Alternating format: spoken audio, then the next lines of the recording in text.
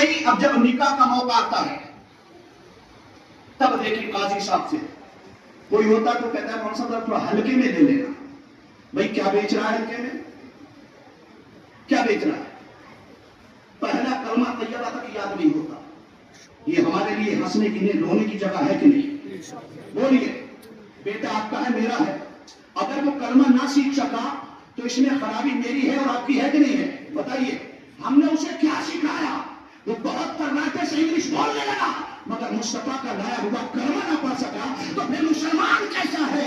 اس لیے عزیزان گرامی دنیا کی ہر زبان پہ کمان ہماری ہونا چاہیے مگر اس سے پہلے دین ہمیں اتنا سیکھ لینا چاہیے تاکہ ہمارے بچے کلمہ طیبہ صحیح سے پڑھ سکے, نمازیں صحیح سے ادا کر سکے, جو دعائیں ہیں رب کی بارگاہ میں صحیح طور پر مانگ سکے. حضرات محترم خود سوچ کر بتائیں ہم نماز پڑھنے آتے ہیں؟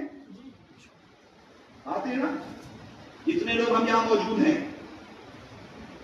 اللہ تعالیٰ کرے کہ سب کو یاد ہو, ورنہ خود سوچ کر بتائیے جس سے پہلا کلمہ یاد نہیں ہوگا اسے نماز کیا یاد بتائیے ہوگی؟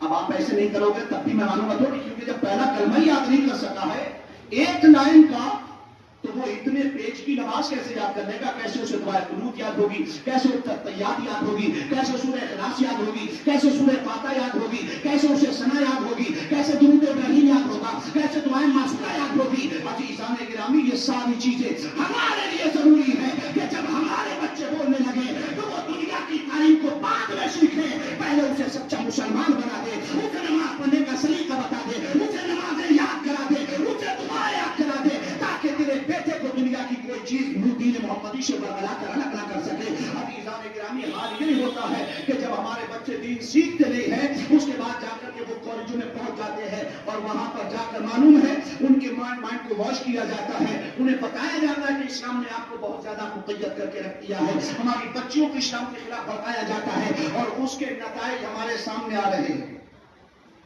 نا. کیوں کہ ہم نے نہ سیکھا.